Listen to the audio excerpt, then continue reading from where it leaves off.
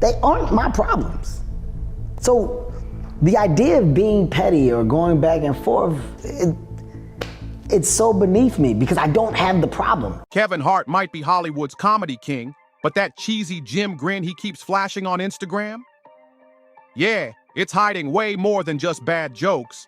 Behind the scenes, it's looking real shady. And guess who just got caught up in the storm? Shannon Sharpe. This ain't your regular celebrity drama. It's a straight-up power move going down right in front of us. Shannon just fumbled a $100 million deal, got slapped with one of the wildest lawsuits of the year, and now he's being hit with some serious accusations by a 19-year-old OnlyFans model. And it ain't looking good. But hold up. Here comes the twist. Katt Williams just jumped in the mix, and he's not holding back.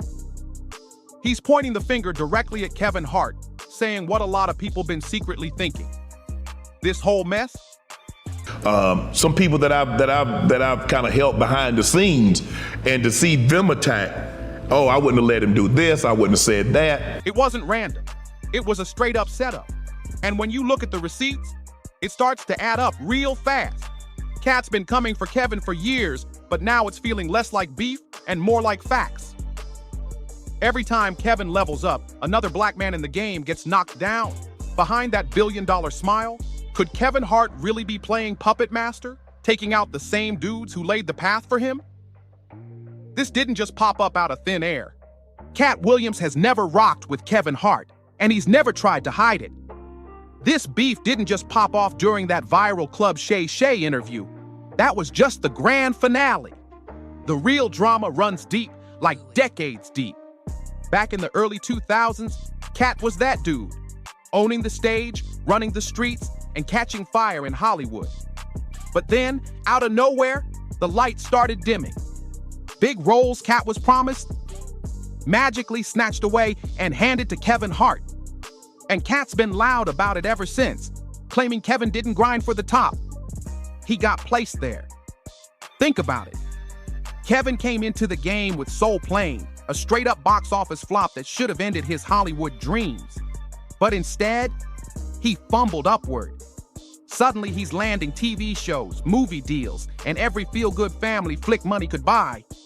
Plus, those corporate sponsorships started flying in. While Kevin's bag was getting bigger, Katt's name was getting dragged. Folks were calling him a crackhead, saying he was spiraling, unstable. But Katt says, nah, he wasn't breaking down. He was being set up. And guess who kept leveling up every time Katt got iced out? Yup, Kevin. Now flash forward to the 2010s, Hollywood was in its man-in-a-dress era, where black comedians were getting stuffed into wigs and heels for cheap laughs. And Kevin? He once swore he'd never rock a dress. But we all know how that turned out. While all this was going down, Dave Chappelle had just made headlines for telling Oprah why he refused to wear a dress. Why do white people pay so much attention to black people if they don't like them? You would think if you didn't like something, why would you be paying attention to it? He wasn't about to let Hollywood turn him into a joke for execs to laugh at. And not long after that, Kevin Hart popped up in a full-on dress, grinning like it was just another funny skit. But for Katt Williams, that was it. The proof he needed. In his eyes, Kevin wasn't just selling out. He was playing the part. And it didn't stop at the dress. At the height of Katt's fame, Hollywood flipped the script on him fast. Suddenly, he was being painted as a loose cannon, a so-called drug addict, unreliable and unstable.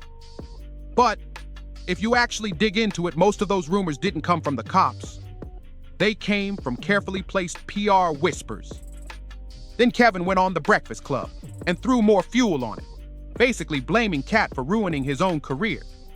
But why go that hard on someone who wasn't even gunning for the spotlight anymore?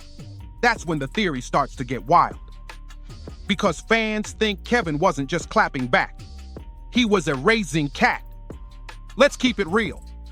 Hollywood loves a puppet. And Kevin, he fit that clean-cut, play-it-safe role perfectly. But Katt wasn't about to let him skate away from those drug claims. He even dropped a bomb, saying roles written for him were handed to Kevin after he refused to do scenes that crossed the line. One example? Friday. After next. Katt said they tried to force him into a scene where his character gets assaulted in a bathroom. And when he said no, the role mysteriously got passed on. Katt Williams said no. He stood his ground, refused to shoot that wild bathroom scene. And what did he get in return? Blacklisted. Meanwhile, Kevin Hart, who supposedly had zero problem doing scenes like that, started getting a fresh wave of offers. Now jump ahead to 2024, and things heat all the way up. Katt pulls up to Club Shay Shay, Shannon Sharpe's podcast, and drops the most viral interview of the year, and the part that had folks clutching their pearls.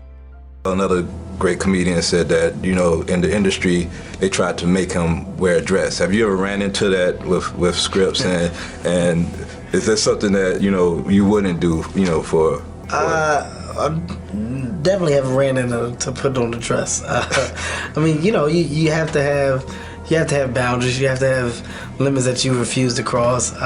You know, for me, I know what they are. They've yet to been challenged, so, you know, I don't have to speak on them. I was asked to dribble a basketball on the talk show this morning. You look good doing it.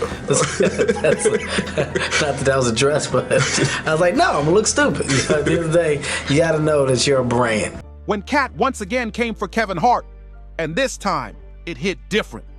People were waiting for Kevin to fire back, but he didn't say a word, at least not right away. Then weeks later, out of nowhere, Kevin pops up during an NBA broadcast and starts throwing out these strange, low-key, shady jokes, aimed straight at Katt. Fans weren't fooled for a second. They saw the shots. Kevin was trying to clown Katt and send a message without saying his name. But what nobody saw coming was Shannon Sharpe catching strays in the middle of it all. Right after that Club Shay Shay episode went crazy viral, Shannon's world started falling apart. One by one, his deals began to vanish. Guests bailed at the last minute. Sponsorships disappeared into thin air. Then, boom, a lawsuit hit like a grenade. Gabriella Zuniga, a 19-year-old OnlyFans model, accused Shannon of serious, disturbing behavior. Fans were stunned, but not all of them were surprised. Why? Because during that very interview, Katt actually warned Shannon. He straight up told him the Hollywood gatekeepers don't play fair. And Shannon, he made himself an easy target. Katt pointed out that Shannon kept bragging about liking younger women. Not once, but multiple times. He was on air talking wild about being single, living fast, and even mentioned his thing for dating white women. And Katt warned him, clear as day. That little story Shannon told on the podcast about being in the park, yeah, that turned into straight up ammunition. And now, with Gabriella's lawsuit exploding into the headlines, Katt saying it loud, Shannon walked right into a setup. Let's break down this insane lawsuit that seemed to drop out of thin air. Shannon Sharpe is getting sued for a jaw-dropping $50 million by a 19-year-old named Gabriella Zuniga. But don't get it twisted. This wasn't some random fangirl or churchgoer. Gabriella, who goes by She Is Carly online, is an OnlyFans model Shannon reportedly met at the gym. And allegedly, they started hooking up last year, when Shannon was 54. The lawsuit didn't come soft. She hit hard with graphic, disturbing claims. According to Gabriella, Shannon pulled her into a secret relationship and crossed all kinds of lines. She says he used race play, made violent threats, groped her multiple times, and even recorded her without permission. It gets darker. Gabriella alleges he figured out how to get inside her building without being let in and once threatened to kill her if she ever tried to share her location for help. People immediately started connecting the dots because the timing, super suspicious. This bombshell lawsuit dropped right as Shannon was locking down a reported $100 million media deal. Fans were left shook, wondering if this was a coincidence or if someone planned to take him down just when he was about to level up. You really expect us to believe that this lawsuit just happened to drop right when Shannon was about to sign a $100 million deal? Be serious. This ain't just messy anymore. This is starting to look straight up strategic. Folks started asking the real questions. How did Gabriella Zuniga even get close to Shannon Sharpe in the first place? And how did she manage to come through with a full-blown legal team and a lawsuit packed with serious heat so fast? That's when Jaguar Wright's name got thrown into the mix and things went left real quick. Jaguar claimed Gabriella wasn't just another online model. She was deeply connected to some powerful names in Hollywood. We're talking about the Zuniga family. Yes, as in Daphne Zuniga from Melrose Place. According to Jaguar, that family is tight with the same Hollywood elite that Kevin Hart rolls with. Jaguar didn't mince words. She flat out said Gabriella was planted, that the whole thing was a setup from jump. And Gabriella, she didn't come empty-handed. She had text receipts, audio clips, the whole package. And the second Shannon tried to flip the narrative and act like the victim, He put this dress on, and what? The prostitute? Nah, I'm not doing that. I don't feel comfortable with that. That should have been in the discussion. What? You don't feel comfortable with it? I mean, it's a hilarious bit. All the greats have done it. So, well, if all the greats have done it, it's kind of hacky, right? You're right. So why don't we just not do it? Because I don't feel comfortable wearing a dress. Oh, come on, Dave. Listen, we got it all set up. We're supposed to shoot.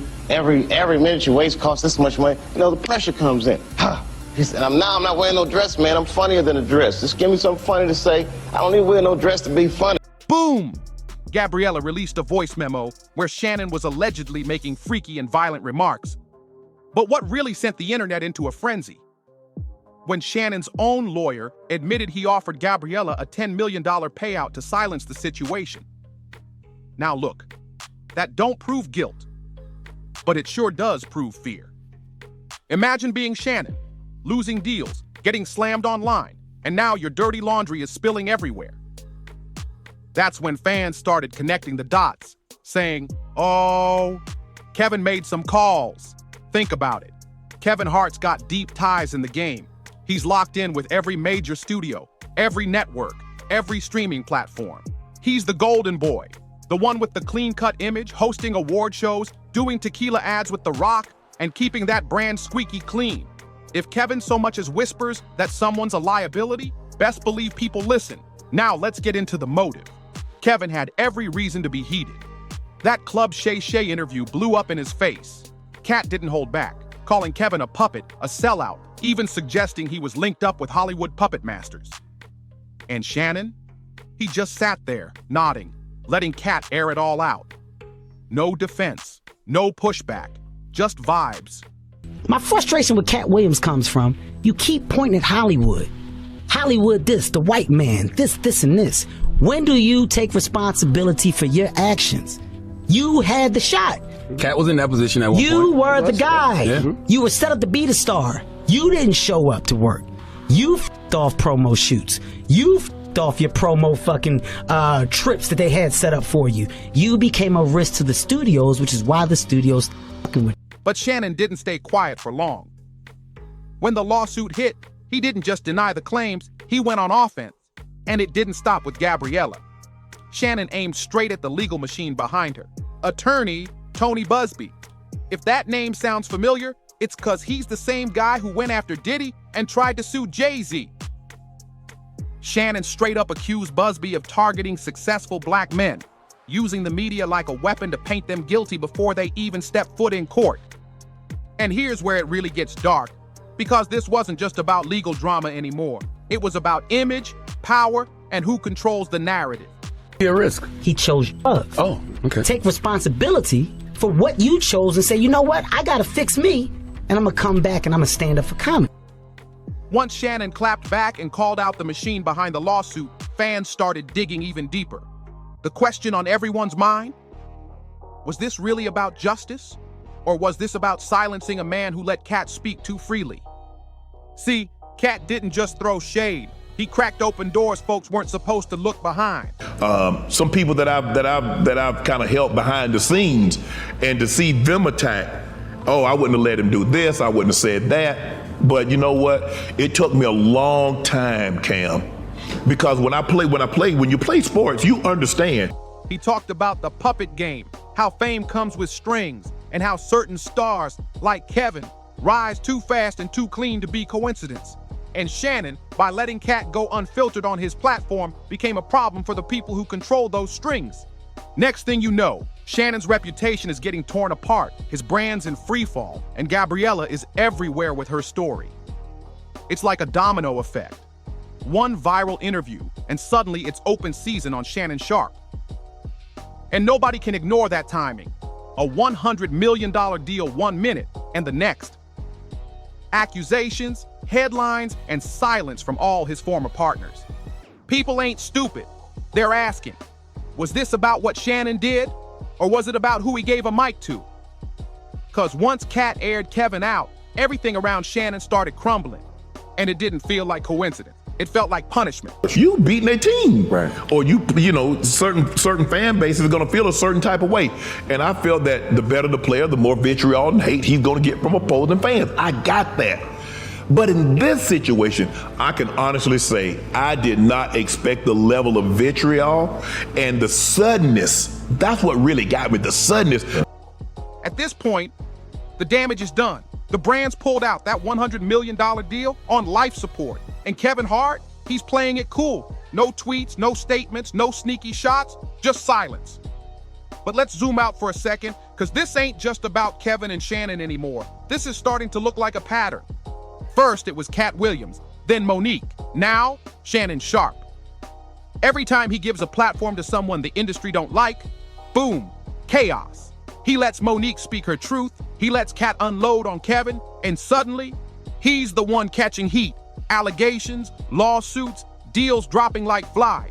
To my family, friends, supporters, and colleagues, I want to speak to you directly and from the heart. This is a shakedown. I'm going to be open, transparent, and defend myself.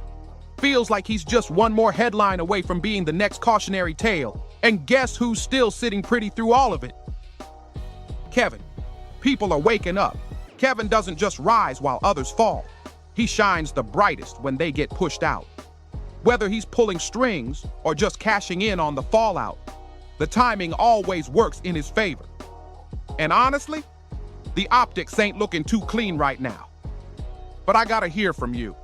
Is Shannon getting punished for standing next to voices the industry once silenced? Or did he slip up and make it too easy for Hollywood to weaponize his dirt? Drop your thoughts in the comments. Don't forget to like, subscribe, and share this video if you're rocking with the real. And stay locked in, cause what's happening behind the scenes is way deeper than they want you to know.